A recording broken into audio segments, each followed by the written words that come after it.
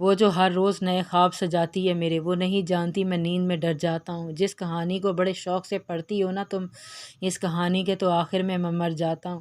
روبا سونے سے پہلے اس کی کروٹ دائیں یعنی صوفے کی جانب بدل کر لیٹ گئی تھی۔ وہ دونوں ایک دوسرے کو ہی دیکھ رہے تھے۔ روبا کے چہرے پر مسکراہٹ تھی تو حیدر کا چہرہ سپاٹ تھا۔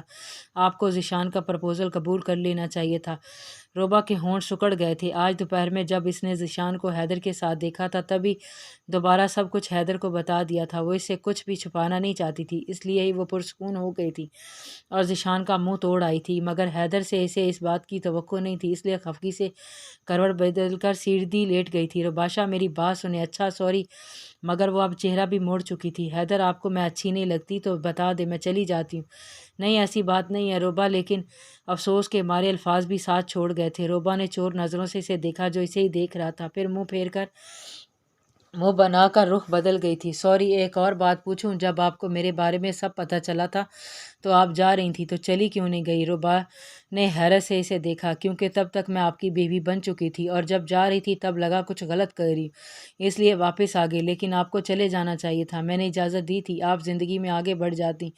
ذیشان جیسا شخص آپ کو منتظر تھا۔ روبا کو حیرت کا شدید جھٹکا لگا تھا، لیکن پھر مسکرا کر پنجوں کے بل اس کے قریب بیٹھ گئی تھی۔ آپ کو پتہ ہے جلال الدین رومی کیا کہتے ہیں؟ وہ کہتے ہیں شوہر اور بیوی کے رشتے میں محبت کی حیثیت ثانوی ہوتی ہے۔ محبت سے بھی زیادہ جو چیز شوہر اور بیوی کے درمیان ضروری ہوتی ہے وہ ہے درگزر۔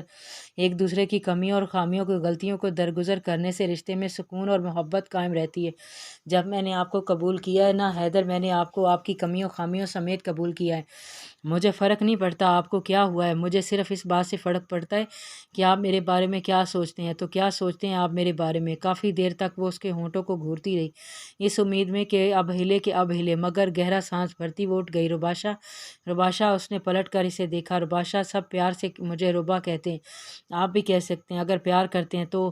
صفدر لیچی ایک بار بھی ہار گیا تھا۔ حیدر کو شدت سے اپنا آپ گیتی عرض جیسا لگا جس کے دل پر اکبر نے بھیجا دستک دی تھی، اور آخر اس نے دروازہ کھول دیا تھا، لیکن وہ نہیں کھول پا رہا تھا۔ وہ اپنی محبت سے کسی کو قید نہیں کرنا چاہتا تھا، اس لیے دوری بنائے رکھتا تھا۔ اسے اپنی زندگی کا بھروسہ تک نہیں تھا۔ اسے سوچتا دیکھ کر وہ واپس صوفے پر جا کر لیٹ گئی تو وہ خیالات سے باہر آیا۔ آپ بیڈ پر سو سکتی ہیں۔ اس نے حیرت سے اسے دیکھا، چہرے پر چمک آ گئی تھی، لیکن پھر نفی میں سر ہلا دیا۔ حیدر کو چگنی حیرت ہوئی تھی، کیوں گستاخی ہو جائے گی؟ اس کی بات پر حیدر کا منہ کھلے کا کھلا رہ گیا تھا، دانتوں تلے لب دبا کر وہ رخ پھیر گیا۔ نہیں ہوگی، مجھے اپنے آپ پر اعتماد ہے۔ روبا نے رخ بدل کر اسے دیکھا تھا، جس نے مسکراہٹ چھپانے کی انتھک کوشش کی، پر مجھے خود پر نہیں ہے۔ جب اتنا ہینڈسم ہسبینڈ ہو تو کوئی بھروسہ ہی نہیں ہے۔ ویسے آؤں گی جب آپ خود لے کر جائیں گے بیڈ پر۔ حیدر کے گال واضح لال ہوتے جا رہے تھے، اوپر سے مسکراہٹ چھپانے کی کوشش، وہ ماتھا مسلنے لگا تھا۔ حیدر، کیا ہوا؟ مجھے لگتا تھا لڑکیاں رومانٹک نہیں ہوتی، پر آپ مجھے غلط ثابت کر رہی ہیں، آپ فلرٹ کر رہی ہیں میرے ساتھ۔ ہو فلرٹ کب؟ میں الحمدللہ، شکر خدا کا، اے اللہ کے کرم سے، ان کی رحمت سے اور شروعات کے حساب سے آپ کی جائز نیک صالح شریک حیات ہوں، اور یہ میرا حق ہے کہ میں کھل کر آپ سے محبت کا اظہار کر سکتی ہوں۔ پھر کیا ہوا؟ مجھے ڈنگ ہانکتی نہیں آتی، میں یہ کر دوں گا، وہ کر دوں گا، تارے توڑ کر لے آؤں گی۔ مجھے تو بچپن میں کوئی آم توڑنے نہیں دیتا تھا، تارے تو دور کی بات ہے۔ یہ بات اس نے اتنی حسرت سے کہی تھی جیسے پتہ نہیں کتنا افسوس ہوا ہوگا اس بات کا۔ حیدر چند لمحے اسے دیکھتا رہا، پھر کھلا کر ہنس دیا۔ ہنستے ہنستے اس کا پیٹ دکھنے لگا تھا، اچانک ہنسی کھانسی میں تبدیل ہوگی۔ روبا نے اس کے لبوں سے پانی لگایا۔ پانی پینے کے بعد اس نے بھی پھر روبا کے چہرے کو دیکھا تو ہنسی چھوٹ گئی۔ آپ کو آم چوری کر کے کھانے میں ہیں؟ ہاں ہاں۔ اس کی ہنسی دیکھ کر آنکھوں کے کنارے نم سے ہو گئے تھے۔ جب اچانک ہنستے ہنستے اسے لگا لیا، وہ حیران رہ گئی، پھر اپنے بالوں پر محسوس ہوتے اس کا ہاتھ۔ کوئی نہیں میرا بچہ، میں ٹھیک ہو جاؤں گا نہ، آپ کا یہ بھی شوق پورا ہو جائے گا۔ اس کے کلون کی ڈارک خوشبو روبا کے سانسوں میں تحویل ہو رہی تھی۔ حیدر خاموش ہو گیا تھا، اسے دیکھنے کی غرض سے وہ لگ ہونے لگی تھی، پر اس نے مزید اسے خود میں بیچ لیا تھا۔ پلیز، غزلگوشی سی تھی جو اس کے کانوں میں پڑی تھی۔ روبا کے لبوں پر مسکراہٹ آ گئی تھی۔ دیکھا، کہا تھا نا گستاخی ہو جائے گی۔ اس نے یکدم اسے خود سے الگ کیا تھا۔ میں ٹھیک ہو جاؤں گا نا؟ ایک آس امید سوال سب یکجاں تھے اس سوال میں جس پر روبا نے دل سے سر ہلایا تھا۔ انشاءاللہ۔ ندیم جیسے ہی گھر میں داخل ہوا ایک عجیب سی خاموشی تھی۔ نظر شاہ پر پڑی جو ٹی وی دیکھ رہا تھا، دوسری نظر اس کی مارتھا پر پڑی۔ مارتھا آپ آج ابھی تک یہیں ہیں؟ خیریت ہے؟ سر وہ ایکچولی میم کو صبح سے بہت تیز بخار ہے، اس لیے بیک اوور آل اسے تھما کر وہ اس کے کمرے میں آیا جو کمبل میں دبکی لیٹی تھی۔ ہلکے سے کمبل ہٹا کر اس کا ماتھے کو چھوا۔ بخار تو تھا نازی، مگر جو جواب نادر اسے دیکھ کر باہر آیا۔ اسے میڈیسن دی تھی؟ یس سر، پر انہوں نے کچھ کھایا نہیں ہے، کہہ رہی تھی دل نہیں کر رہا۔ ٹھیک ہے، آپ زمان کو کھانا کھلا کر سلا دیں، میں دیکھتا ہوں۔ صابت میں سر ہلا کر وہ اسے لے گئی۔ فریش ہو کر وہ اس کے ساتھ ہی نیم دراز ہو گیا، اس کا رخ اپنی جانب کیے، ہاتھ کی پشت سے اس کا گال سلاتے اس کے بخار سے کملائے چہرے پر ٹوٹ کر پیار آ رہا تھا۔ نرمی سے اس کے گال کو چھوا جس سے وہ بے چین سی ہو گئی اور پھر ماندمل آنکھوں سے اسے دیکھنے لگی۔ وہ مسکرا کر اسے دیکھ رہا تھا۔ طبیعت کیسی ہے؟ تھوڑا سا اوپر ہو کر اس نے سر اس کے سینے پر رکھ دیا۔ سر میں بہت درد ہو رہا ہے۔ نرمی سے اس کے کنپٹیوں کی مساج کرتے اسے اور قریب کر گیا تھا۔ بخار کیسے ہوا؟ صبح تک تو ٹھیک تھی تم؟ پتہ نہیں، صبح بھی سر درد کر رہا تھا، پھر کھانا بناتے چکر آ گیا، اس کے بعد بخار چیک کیا تو 102 تھا، 3 ہو چکا ہے۔ لگائے گئے تھرمامیٹر کو نکال کر اس نے دیکھا۔ تھرمامیٹر کو دیکھ کر اس نے حیرانگی سے اسے دیکھا۔ یہ کب لگایا؟ کم مجھے پوچھنے کی ضرورت نہیں تھی۔ تمہیں یاد ہے نازی جب ہماری فیئر ویل تھی یونی میں اور تمہارے ڈریس کی زپ کھل گئی تھی؟ آپ نے کوئی احساس دلائے بغیر مجھے اپنا کوٹ پہنا دیا تھا، پھر سائڈ پر لے جا کر مجھ سے بند کروائی تھی اور کہا تھا کہ آپ اپنے آپ سے اتنی لاپرواہی مہنگی پڑ سکتی ہے، اور میرا خیال ہے تمہیں وہ پڑ چکی ہے۔ تم پھر سے اپنے آپ سے لاپرواہی برتتی ہو۔ مارتھا کے ہوتے ہوئے تمہیں کھانا خود بنانا، اپنوں کے لیے ہی تو بناتی ہوں، اس کے ہوتے ہوئے تمہیں کپڑے خود دھونے ہیں، وہ صحیح نہیں دھوتی نا، اس کی شرٹ کے بٹن سے وہ کھیلتی، وہ صفائیاں دے رہی تھی۔ تمہیں شاہ کا سایہ بنایا ہے۔ زمان کا نام سنتے ہی وہ یکدم اٹھی۔ شاہ زمان کہاں ہے؟ شدید درد کی ٹیسیں اٹھی تھی سر میں۔ ندیم نے افسوس سے اسے دوبارہ اپنی جانب کھینچا۔ یہی لاپرواہیاں تمہاری۔ میرا خیال ہے مارتھا کو فارغ کیا جائے اور شاہ کو بورڈنگ۔ مسٹر اکبر، اس نے غصے میں کہا، اور یہ تب کہتی تھی جب اسے ندیم کی کوئی بات بہت بری لگتی تھی۔ برا لگا جب اتنی لاپرواہ رہو گی، اپنی صحت کا دھیان نہیں رکھو گی، ظاہر ہے کیسے سب سنبھالوں گی؟ پھر تو شاہ کے لیے تم ایسا فیصلہ لینا ہی ہوگا نا۔ لہجے میں نہ تو غصہ تھا نہ ڈانٹ، وہ نرمی سے اسے سمجھا رہا تھا۔ سوری ندیم، اس کے لبوں پر مسکراہٹ آ گئی تھی۔ کوئی بات نہیں، آئندہ خیال رکھنا، اپنا بھی شاہ کا بھی۔ اور چہرہ اس کے چہرے کے قریب اس کی آنکھوں میں جھانکا، اور میرا بھی۔ سورج کی کرنوں نے حویلی کے کسی کونے میں کوئی ویران نہیں چھوڑا تھا، ہر طرف اپنی گرمائش پہنچا رہی تھی۔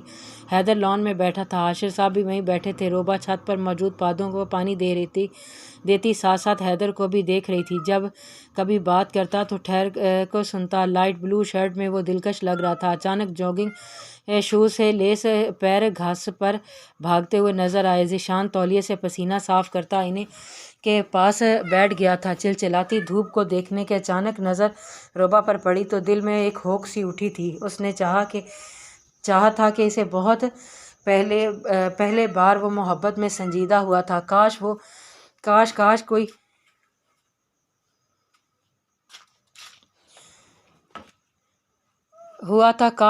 کوئی ایسا جادو ٹونا کر میرے عشق میں وہ دیوانہ ہو، یوں الٹ پلٹ کر گردش کر کے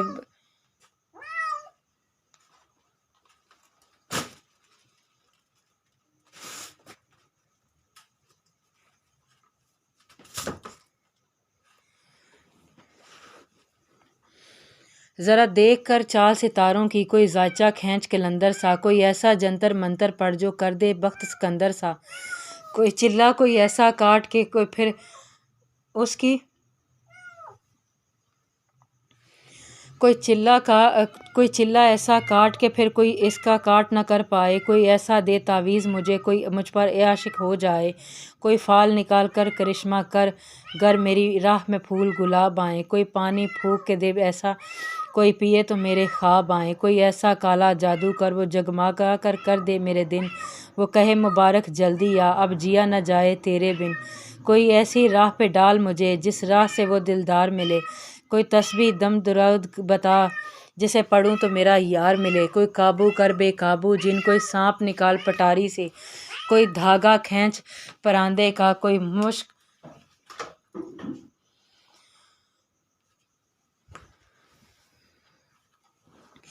کوئی ایسا بول سکھا دے وہ سمجھے خوش گفتگار ہوں میں، کوئی ایسا عمل کر مجھ پر وہ جان نثار ہوں میں، کوئی ڈھونڈ کے وہ کستوری لا اسے لگے میں چاند کے جیسا ہوں، جو مرضی میرے یار کی ہے اسے لگا میں بالکل ویسا ہوں، کوئی ایسا منتر کوئی ایسا اسم اعظم پڑھ وہ اشک بہا دے سجدوں میں، کوئی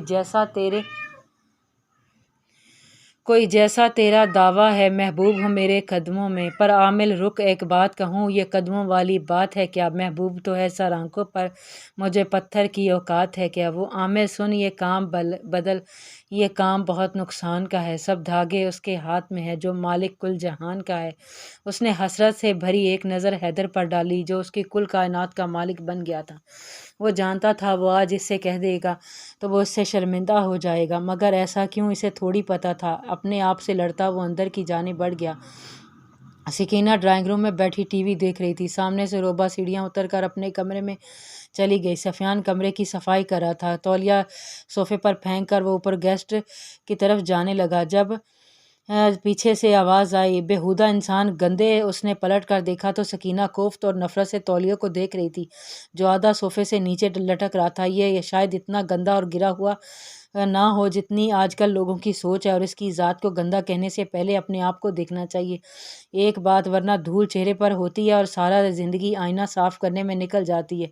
سکینہ نے ناگواریت سے اسے دیکھا، کتنے بدتمیز ہو تم، حیدر کے دوست ہو، اس کا مطلب یہ نہیں کہ تم کچھ بھی کہو تو میں برداشت کر لوں گی، ابا کی سوچ کو بھی پتہ نہیں کیا ہو گیا ہے، کیسے ایک نامحرم کو اس طرح گھر پر رہنے دیا ہے، ٹی وی بند کر کے ریموٹ ٹیبل پر پٹک دیا، چور کی داڑھی میں تنکا، اتنا برا کیوں لگ رہا ہے آپ کو، آپ ایسی ہیں، میں نے تو کسی کا نام بھی نہیں لیا، اس نے بھویں اچک کر اسے اور تپا دیا تھا، غصے سے اٹھ کر کچن میں چلی گئی، وہ بھی اوپر کمرے میں آ گیا، نہا دھو کر فریش ہو کر نیچے آیا تو پیٹ میں چوہے دوڑنے لگے، کچھ کھانے کی غرض سے کچن میں آیا، وہ دودھ چینی اور آم بلینڈر میں ڈال رہی تھی، منہ کے زاویے ابھی تک بگڑے ہوئے تھے، غصے سے سوئچ بورڈ میں لگایا تو کرنٹ نے پکڑ لیا، سوئچ سے چپکا اس کا ہاتھ، اس کا پورا جسم کپکپا گیا، ذیشان نے آگے بڑھ کر لکڑی کا چمچہ زور سے اس کے بازو پر مارا لیکن تب تک سرکٹ شاٹ ڈاؤن ہو گیا تھا، سارے گھر کی بجلی چلی گئی، روبہ کمرے میں بک ریک صاف کر رہی تھی جب اندھیرا چھا گیا، یہ کیا ہوا، لگتا بجلی چلی گئی، سفیان نے ہاتھ میں پکڑی میڈیسن دراز میں رکھتے ہوئے کہا، نہیں لائٹ گئی ہوتی تو یو پی ایس آن ہونا تھا نا، سرکٹ شاٹ ڈاؤن ہوا ہے، کسی کو کرنٹ لگا ہے، چلو دیکھتے ہیں، دونوں کمرے سے باہر نکلے، سفیان مین بورڈ کی طرف چلا گیا تھا، وہ ڈرائنگ روم میں آ گئی، سفیان نے جیسے ہی بریک اپ کیا لائٹ آ گئی، ذیشان نے خفگی سے کانپتی سکینہ کو دیکھا، پھر بورڈ کو جس کا بٹن آن تھا، وہ چلتے بورڈ میں سوئچ لگا رہی تھی، خود کو جھانسی کی رانی سمجھتی ہے یا بجلی تمہاری رشتہ دار ہے، ہاتھ دیکھو اپنی، پانی ٹپک رہا تھا، اس سے مرنا ہے بے وقوفو، وہ اسے ڈانٹ رہا تھا پر اس کی نظر اپنی کلائی پر تھی جہاں چمچہ مارا گیا تھا، کرنٹ سے زیادہ وہ دکھ رہا تھا۔ روبہ جب وہاں پہنچی تو ذیشان کو وہاں دیکھ کر کچھ غلط ہونے کا اندیشہ ہوا، اس نے یکدم سکینہ کو کندھوں سے تھام کر گھور کر ذیشان کو دیکھا، کیا ہو رہا ہے یہاں، اسے دیکھ کر ذیشان کا چہرہ سنجیدہ ہو گیا تھا، مگر سکینہ تو پھر سکینہ تھی، اس کا ہاتھ جھٹک کر باہر چلی گئی، ان دونوں نے اس کے تیور دیکھ کر سر داہ بھری، وہ بھی جانے لگی تو ذیشان آگے آ گیا تھا، مجھے بات کرنی ہے، مجھے نہیں کرنی، اور بچا ہی کیا بات کرنے کے لیے، میں نے جب ایک دفعہ آپ کو بتا دیا کہ مجھے آپ میں کوئی دلچسپی نہیں ہے، میں حیدر سے محبت کرتی ہوں، تو پھر آپ بار بار بات کرنے کی کوشش کر کے آپ میرے کردار پر انگلی اٹھانا چاہتے ہیں، دبے ہوئے غصے سے اسے دیکھ کر جو 2 قدم اس کی جانب بڑھ آیا تھا، روباشا میری بات سنیں، میں آپ سے سچ میں بہت محبت کرتا ہوں، یہ نہیں کہتا حیدر سے دور رہو، لیکن مجھے بھی یاد رکھنا، حیدر کی رپورٹس میں نے پڑھی ہیں، اس میں بس وہ بے یقینی سے اسے دیکھ رہی تھی، یہ کیا بول رہے ہیں آپ کو شرم نہیں آ رہی ان کے بارے میں اس طرح کی بات کرتی، ان کی بیوی کو ورگلاتے ہوئے، نہیں روبہ، میں وہ 2 قدم آگے بڑھا تو وہ ڈر کر پیچھے ہوئی، اعوذ باللہ من الشیطان الرجیم، اس کے الفاظ ذیشان کے پیروں سے زمین کھینچ کر لے گئے تھے، ہاتھ بے جان سے ہو کر گرے تھے، دوسری نظر اس پر ڈالے بغیر وہ کچن سے باہر نکل گئی تھی، جاری ہے۔